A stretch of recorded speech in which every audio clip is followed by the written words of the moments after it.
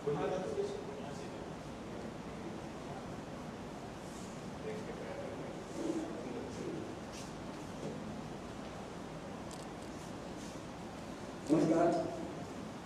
आज की प्रेस वार्ता में आप सभी पत्रकारों का बहुत हार्दिक स्वागत। आज फरीदाबाद के मानव रचना एजुकेशनल संस्थान में विश्व हिंदू परिषद की 85 मंडल और प्रबंध समिति की 2 दिवसीय बैठक प्रारंभ हुई और आज के सत्र में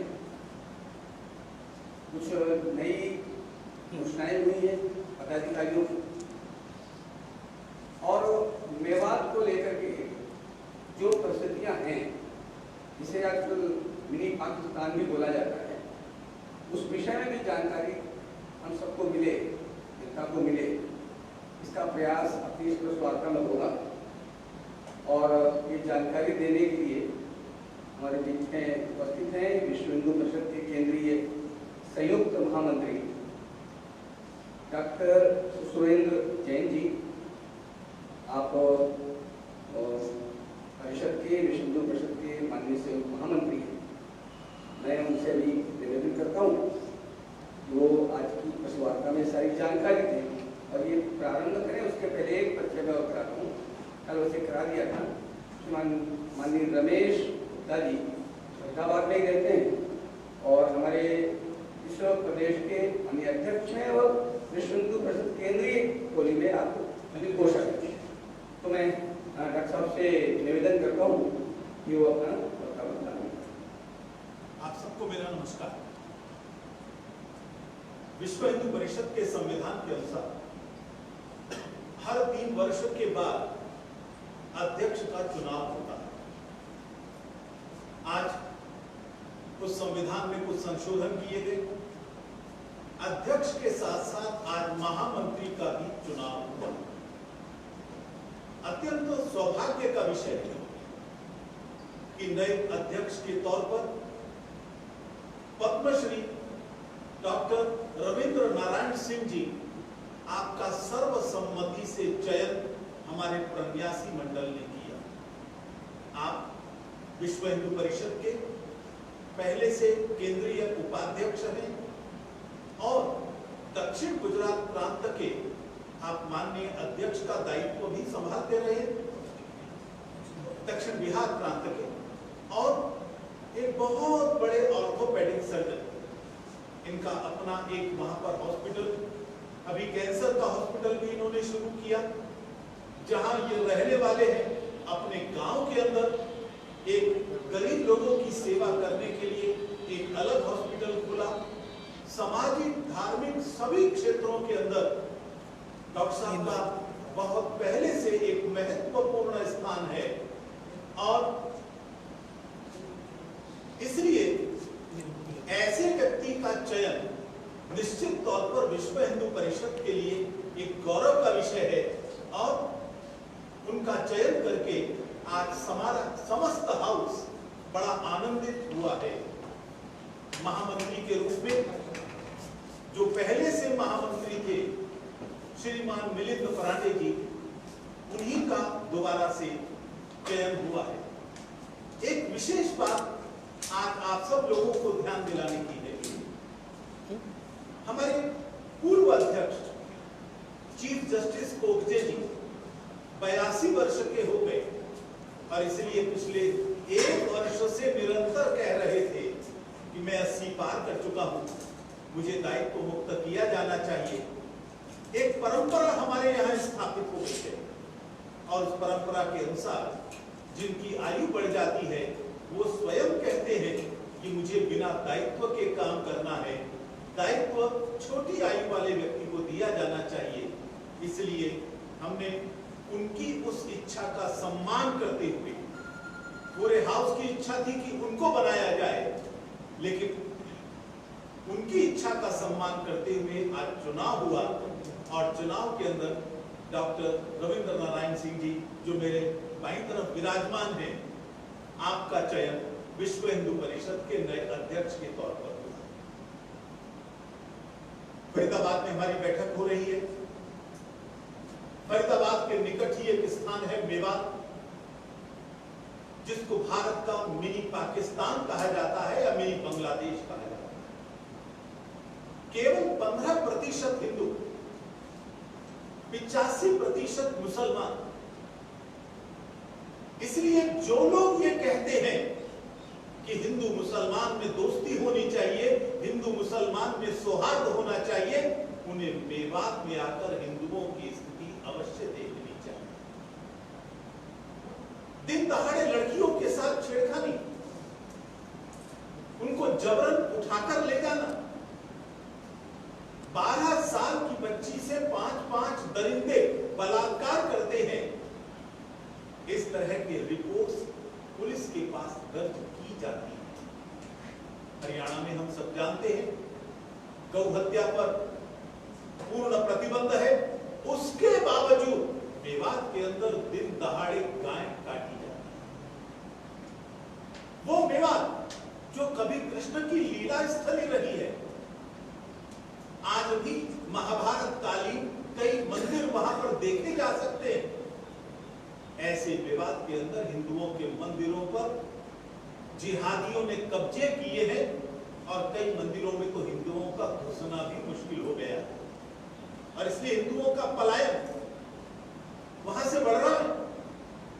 वो मेवात जो भगवान कृष्ण की जन्मस्थली थी, वो मेवात जो औरंगजेब के आने से पहले 100% हिंदू था, औरंगजेब ने धर्मांतरण किया, लेकिन 100 साल पहले तक 1920 तक लगभग 50-50 का रेशो।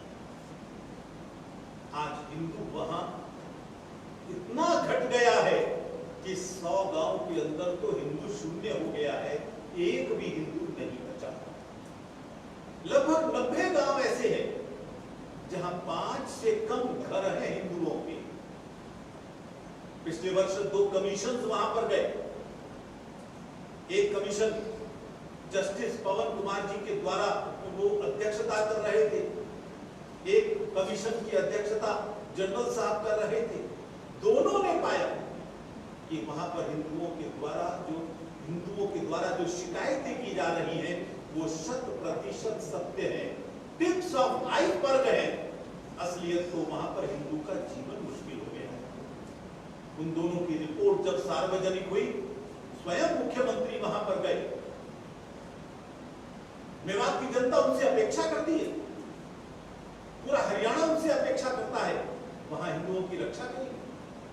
स्वयं आकलन किया और आकलन करने पर उन्होंने पाया कि दोनों रिपोर्ट में जो बातें कही गई हैं वो पूर्ण रूप से सत्य है। उन्होंने वहां 4 घोषणाएं की।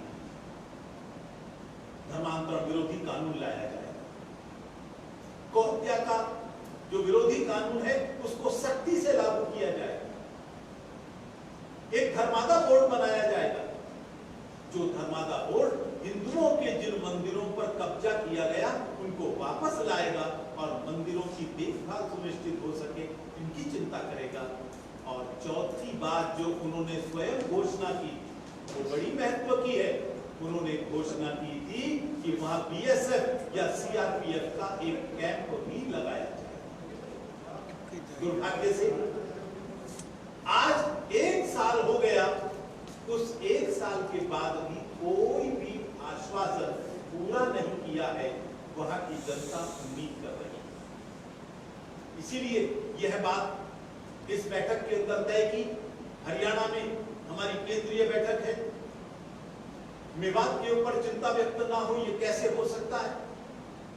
संपूर्ण देश मेवात के हिंदुओं की क्या स्थिति है इसके बारे में चिंतित है, और इसलिए आज विश्व हिंदू परिषद के महामंत्री की ओर से एक मेवात की स्थिति पर ही वक्तव्य जारी किया गया, जिसके कुछ हिस्से मैंने आपको पढ़कर सुनाए हैं।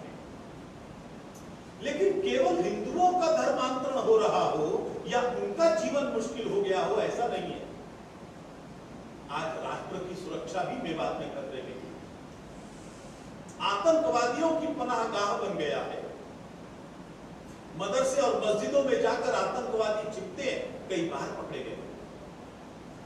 आपको ध्यान में आया होगा, अभी उत्तर प्रदेश के लोनी में धर्मांतरण का जो गिरोह पकड़ा गया था, वह गिरोह अपने काम की शुरुआत मेवात से करता था। अगर उनकी शिकायत, जो जिनके बच्चों का धर्मांतरण हुआ था, अगर पहले ध्यान कर लिया जाता तो शायद यह गिरोह इतना तेजी से आगे नहीं करता। वहां रोहिंग्यास जो बर्बर हैं, उनका अभयारण्य बन गया है। बांग्लादेशी घुसपैठिए खुलेआम वहां पर घूमते रहते हैं। अनुसूचित भाई बहनों के ऊपर विशेष तौर पर वो लोग अत्याचार करते हैं, क्योंकि वो स्वाभाविक रूप से कुछ कमजोर हैं। लेकिन जहां एक और मुस्लिम समाज की यह स्थिति है, वहीं हिंदू समाज की ओर से सकारात्मक संकेत भी मिल रहे हैं। जब सरकारें कुछ नहीं कर रही तो हिंदू कुछ करेगा, ये उसने तय किया। आज मेवात का हिंदू आत्मरक्षा के लिए खड़ा होने लगा है। मेवात से जो चारों तरफ का हिंदू समाज है, वो उनके समर्थन में सामने आ रहा है।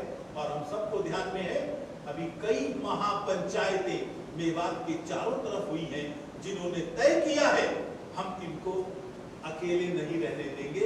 ये अकेले नहीं है, जब भी संकट में होंगे चारों तरफ का हिंदू उनके साथ खड़ा होगा। विश्व हिंदू परिषद इस जागरण का स्वागत करती है तथा हिंदू समाज को और अधिक जागृत तथा सफल बनाने के लिए हम कटिबद्ध हैं। मुख्यमंत्री जी से विश्व हिंदू परिषद अपेक्षा करती है कि वे अपने घोषित उपायों को जल्दी से क्रियान्वित करें। अभी मेवात में कानून का राज नहीं है। अभी पिछले दिनों एक घटना हुई थी, जिहादियों ने पुलिस की जीप को आग लगा दी थी। पुलिस वाले डरकर भागे थे। जहां पुलिस डरकर भागती हो, समझ में आ सकता है लॉ एंड ऑर्डर की सिचुएशन किस प्रकार की। तो हमारी अपील है सरकार से कि वो जल्दी अपने आश्वासनों को लागू करे, जिससे कानून का राज्य स्थापित हो, रूल ऑफ लॉ स्थापित हो और हिंदू स्वाभिमान के साथ रह सके। हम मेवात के जो निकट रहने वाले हिंदू समाज हैं, उनसे भी अपील करते हैं, उन्हें अपने हिंदू भाई बहनों की रक्षा के लिए हमेशा तत्पर रहना चाहिए। हम मेवात के हिंदुओं से भी अपील करते हैं, अब पलायन नहीं, पराक्रम की भाषा की बात करनी है। अब नया स्लोगन मेवात के लिए है, पलायन नहीं पराक्रम। ये विश्व हिंदू परिषद ने मेवात के हिंदू भाइयों को दिया है। मिलकर संघर्ष करेंगे, परिस्थिति में बदलाव लाएंगे, लेकिन अब वहां से पलायन नहीं होगा। हमें अपने धर्म, बेटी और जमीन, इन तीनों को ही तो खतरा है वहां पर, उनकी रक्षा के लिए तत्पर रहना चाहिए।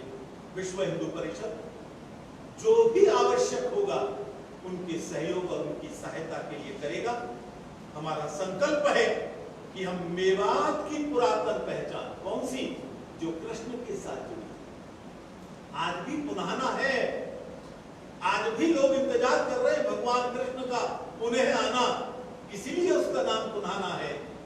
महाभारत कालीन मंदिर वहां पर है।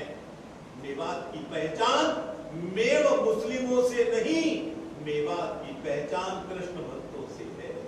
इसलिए वो कृष्ण की भक्ति दोबारा से लौट सके, इसके लिए विश्व हिंदू परिषद कटिबद्ध है और वहां के समाज का पूर्ण रूप से सहयोग करने का आश्वासन देती है। इस प्रकार का महामंत्री जी का वक्तव्य आज जारी हुआ है। कोई प्रश्न आपके हो तो प्रश्न पूछ सकते हैं।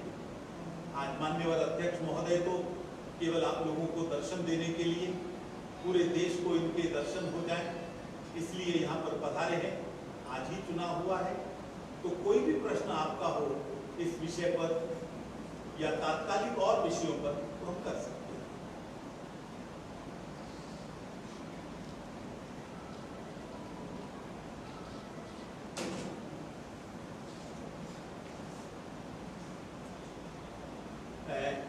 हमने कुछ प्रश्न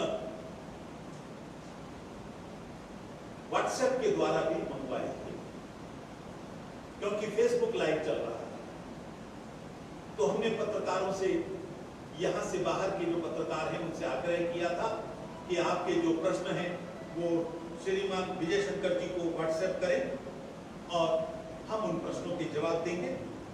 तो उसमें एक प्रश्न आया मेवात के बारे में ही कि मेवात में विश्व हिंदू परिषद की आगे की क्या कार्य योजना, स्पष्ट कर देते हैं हम। विश्व हिंदू परिषद आज वहां हर गांव के अंदर अपना कार्य का विस्तार करता है। जहां जहां संभव है वहां वहां बजरंग दल खड़ा हो रहा है। हिंदुओं पर हमला जो करने वाले हैं उनका प्रतिकार हो, वहां का समाज उन हमलों को रोके। हिंदू खड़ा होगा तो ही हमले रुक सकेंगे और इसके लिए हमने एक योजना बनाई है। कोरोना के कारण से अभी हम उस योजना को क्रियान्वित नहीं कर पा रहे हैं। स्थिति सामान्य होते ही हमने तय किया है मेवात के अंदर जो 5 महाभारतकालीन तीर्थ स्थल है उनके ऊपर पूरे हरियाणा के लोग यात्रा के लिए आए। हिंदू आएगा तो वहां के हिंदू को संबल मिलेगा, ताकत मिलेगी और एक बार हरियाणा से शुरू करके धीरे धीरे इसको हम राष्ट्रीय स्वरूप बनाएंगे और पूरा देश मेवात के अंदर आकर खड़ा होगा, हिंदू समाज की रक्षा के लिए खड़ा होगा। हमारा संकल्प है हम हरियाणा की धरती पर एक और कश्मीर नहीं बनने देंगे। अब बहुत हो गया, अब हिंदुओं पर अत्याचार स्वीकार नहीं किया। एक प्रश्न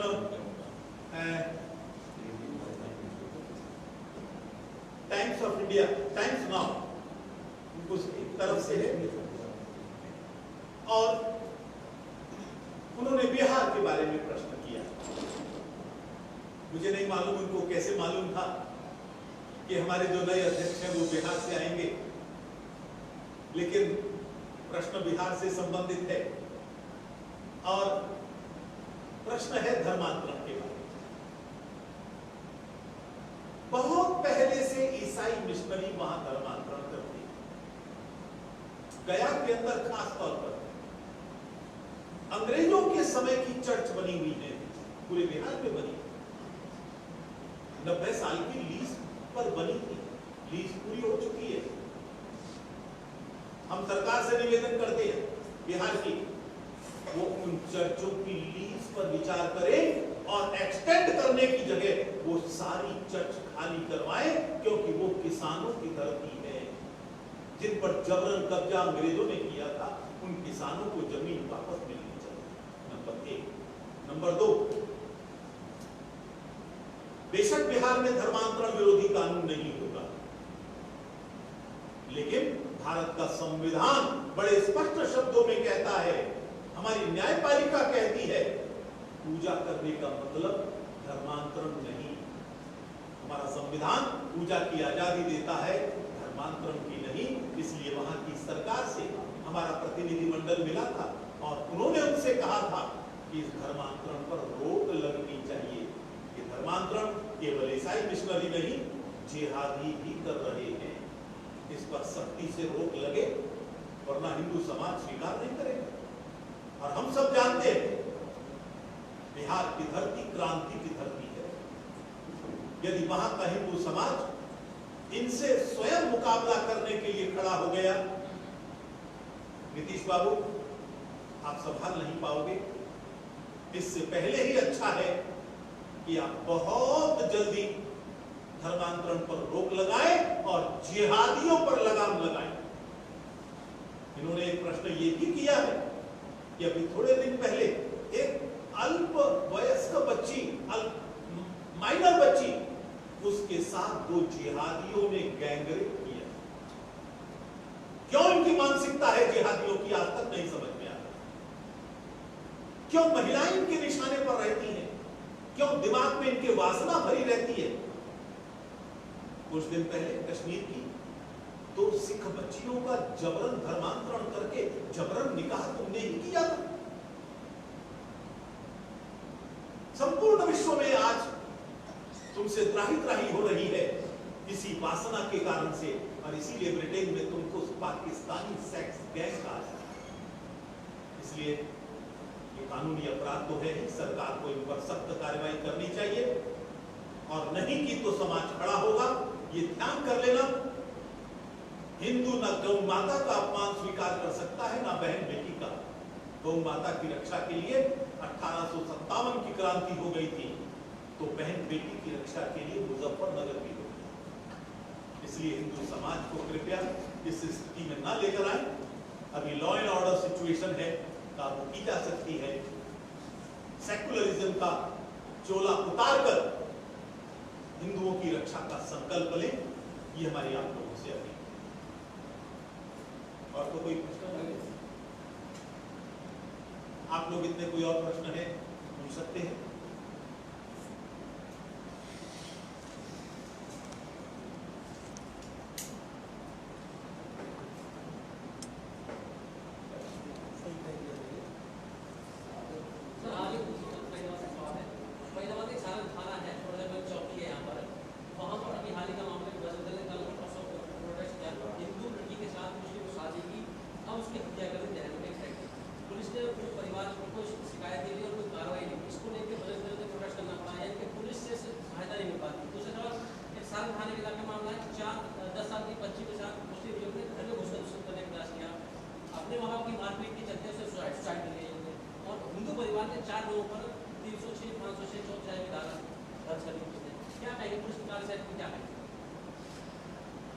ऐसा लगता है कि हरियाणा की पुलिस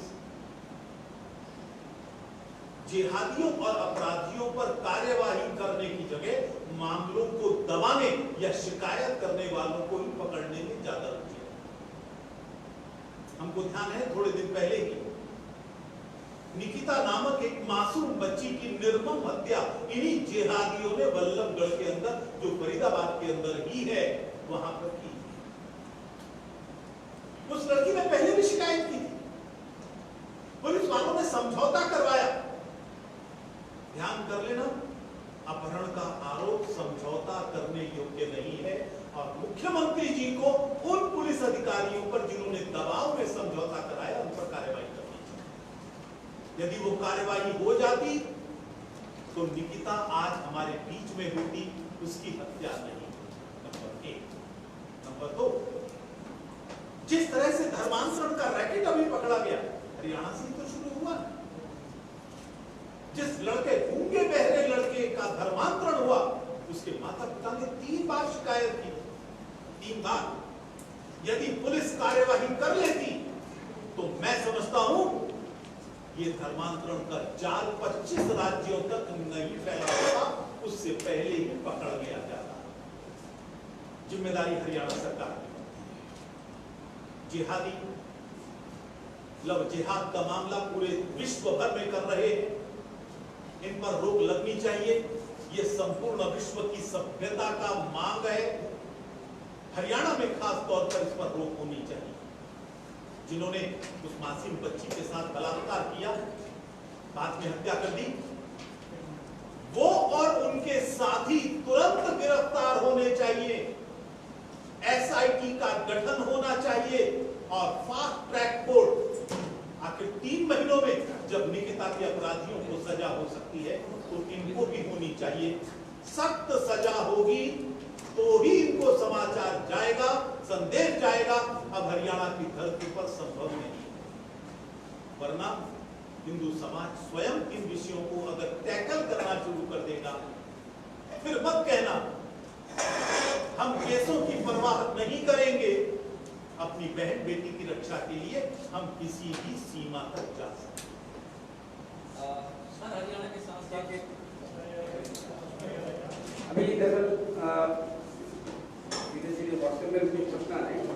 नेमित मोहम्मद है, दैनिक जागरण, उन्होंने भी किया है राम मंदिर के जमीन खरीद मामले को लेकर जो विवाद है उसका किस तरह जवाब दिया जाएगा। दूसरा प्रश्न है, हाल ही में संघ प्रमुख ने कहा सभी भारतीयों का DNA एक है, इनका क्या मत है? ऐसे 2 प्रश्न क्या है?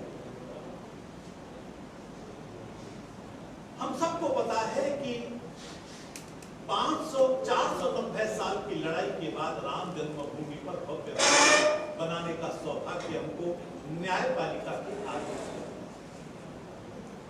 लोगों की इच्छा थी, आकार बढ़ना चाहिए, जो मॉडल पहले गया उसमें विस्तार होना चाहिए, विस्तार के लिए जगह चाहिए, आसपास की जगह खरीदी गई, सब ट्रांसपेरेंसी के साथ खरीदी गई।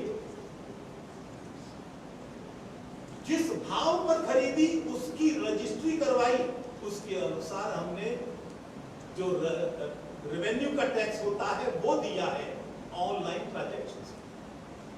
इसलिए आरोप लगाने वाले भाग गए, आज वो मुंह छिपाते घूम रहे हैं। जिन्होंने कहा था हम केस करेंगे, जांच करवाएंगे, हम आज तक उनका इंतजार कर रहे हैं। उनकी आदत है झूठे आरोप लगाना और माफी मांगना, हम उनको भागने नहीं देंगे। जनता ने हम पर विश्वास किया।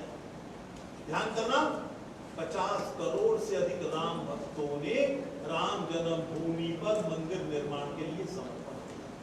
हम पर विश्वास। इन आरोपों से यह विश्वास दहलने वाला नहीं है।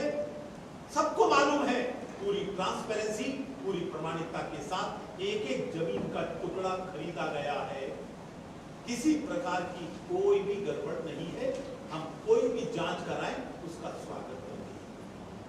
दूसरा प्रश्न है इसके बारे में।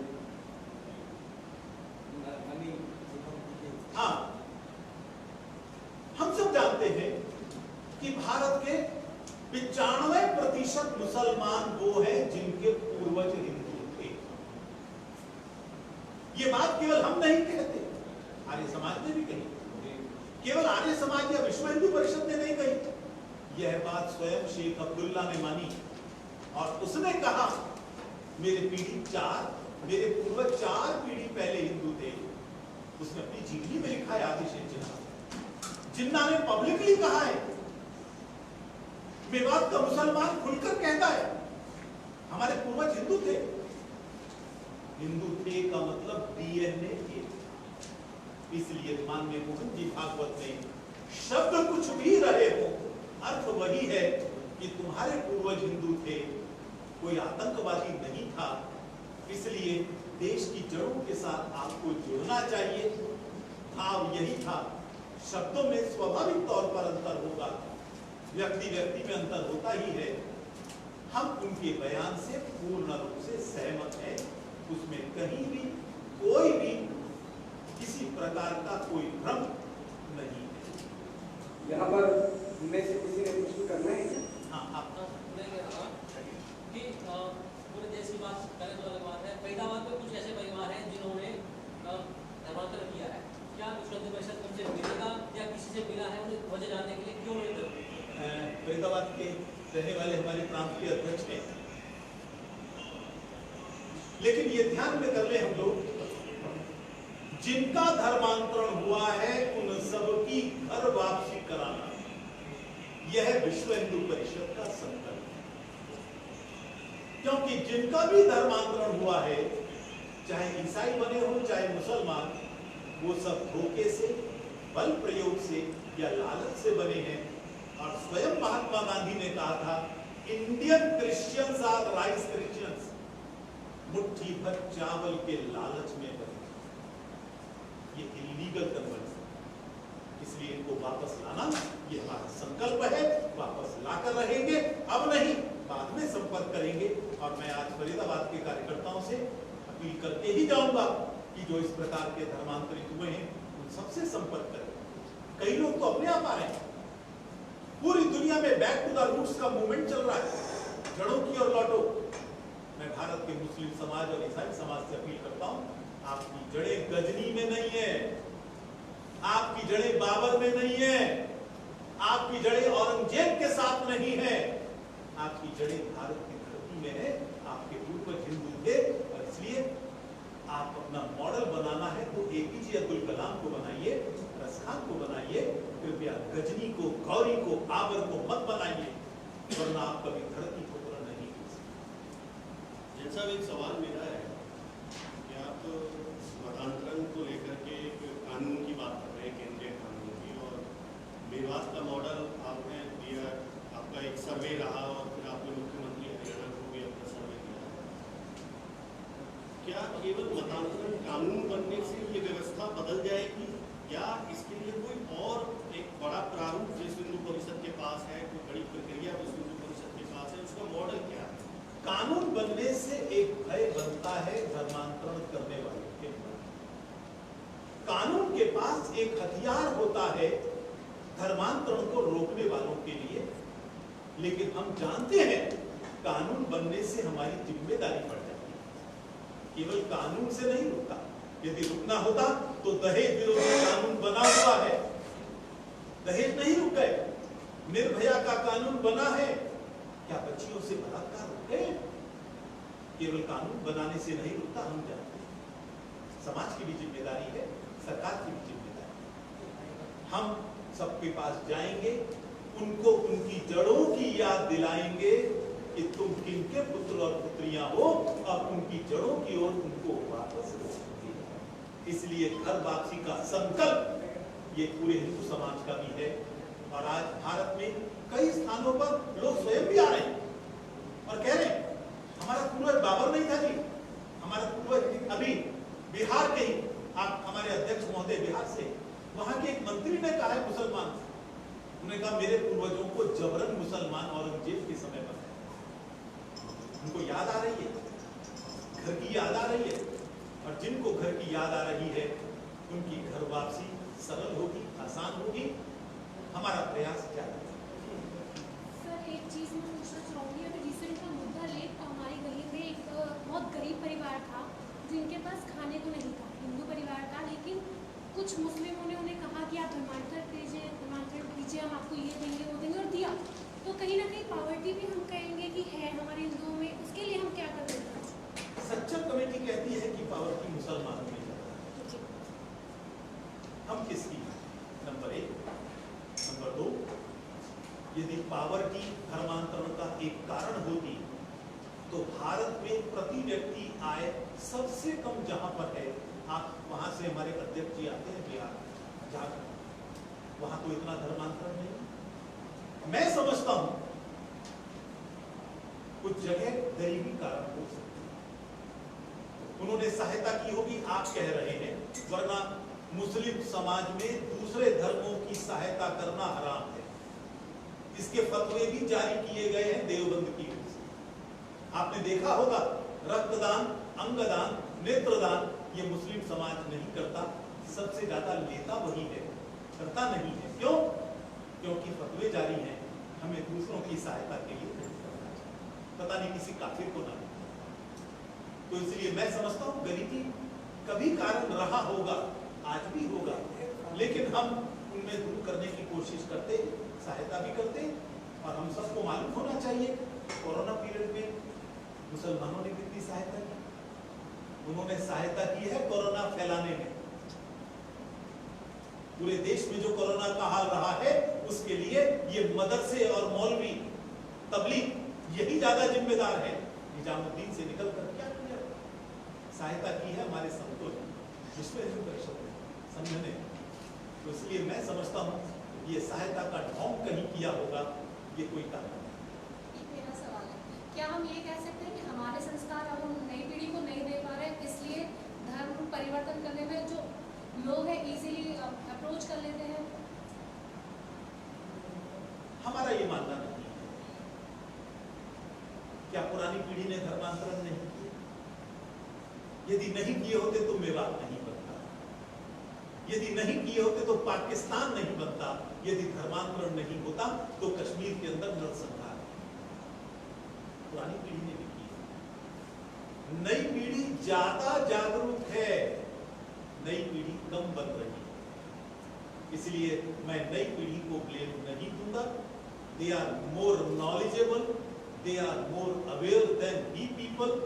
मैं उनके बीच में रहता हूं, मैं प्रोफेसर रहा हूं और इसलिए जानता हूं वो अपने धर्म के प्रति हमारे से कम सजग हैं, ऐसा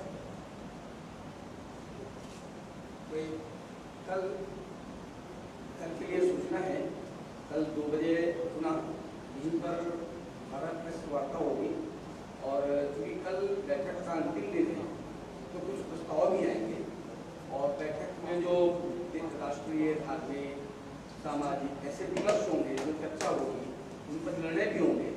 ऐसी सारी जानकारी कल दोपहर को 2 बजे इसी स्थान पर पुनः प्रेस वार्ता में आप सभी का दोबारा स्वागत है। आप लोग आइए। जो विलंब से आए हैं मैं उनको ध्यान दिला देता हूँ एक परिचय के तौर पर। आज विश्व हिंदू परिषद का चुनाव हुआ, हमारे अध्यक्ष नए बने हैं क्योंकि पुराने जो अध्यक्ष थे उन्होंने कहा मेरी आयु अधिक हो गई है, स्वयं पदमुक्त होना चाहते थे। हमने उनकी इच्छा का सम्मान किया और पद्मश्री डॉक्टर RN रविंद्र नारायण सिंह जी, आप पटना के अंदर अपना हॉस्पिटल है, बहुत बड़े ऑर्थोपेडिक सर्जन हैं, आप हमारे आज सर्वसम्मति से अध्यक्ष चुने गए। बाकी तो महामंत्री वही हैं जो पहले से थे। और संयुक्त महामंत्री उनमें एक वृद्धि हुई है, बाकी वही। कौन नए आए हैं श्री बजरंग लाल जी पागड़ा, जो कभी नेल्को के चेयरमैन रहे और वो अभी तक एकल विद्यालय का ही काम देखते थे। उन्होंने वहां से वॉलंटरी रिटायरमेंट लेकर समाज का काम करने का तय किया, तो वो एक नए संयुक्त महामंत्री। कार्याध्यक्ष वही दो रहेंगे? कार्याध्यक्ष विदेश के नहीं रहेंगे, अब जो है अंतरराष्ट्रीय दृष्टि से श्रीमान आलोक जी वही रहेंगे। ये एक परिवर्तन और मतलब अब आलोक जी अंतरराष्ट्रीय अध्यक्ष होंगे? कार्याध्यक्ष आप हैं, वो कार्याध्यक्ष। और कोई उपाध्यक्ष में कोई कुछ परिवर्तन हुए हैं, लेकिन उसमें फिर समय ज्यादा लग जाएगा। महत्वपूर्ण परिवर्तन एक बचा था, वो आपने पूछा। ठीक है, बहुत बहुत धन्यवाद।